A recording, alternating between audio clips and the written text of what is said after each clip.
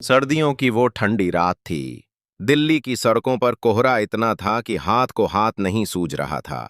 संविधान सभा की बैठक अगले दिन सुबह होनी थी। वो बैठक जिसमें इस देश के करोड़ों दबे कुचले लोगों का भविष्य तय होना था। लेकिन उस समय एक छोटे से कमरे में एक आदमी लकड़ी की पुरानी टेबल पर झुका बैठा था।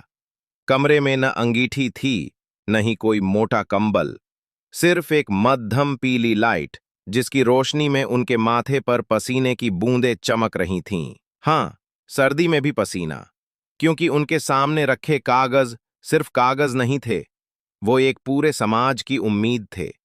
कलम चलाते चलाते उनकी उंगलियां सुन्न पड़ चुकी थीं। चश्मे के पीछे उनकी आंखों में नींद का नामोनिशान नहीं था।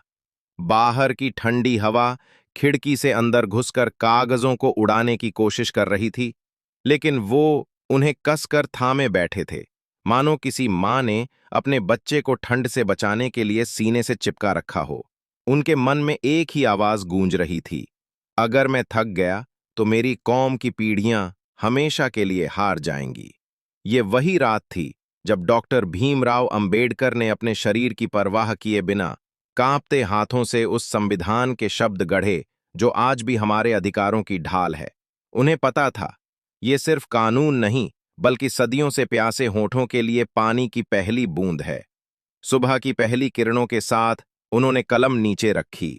उनके चेहरे पर थकान थी, लेकिन आंखों में सुकून, क्योंकि वो जानते थे कि उन्होंने अपने जीवन की सांसों को इस कागज में उतार दिया है।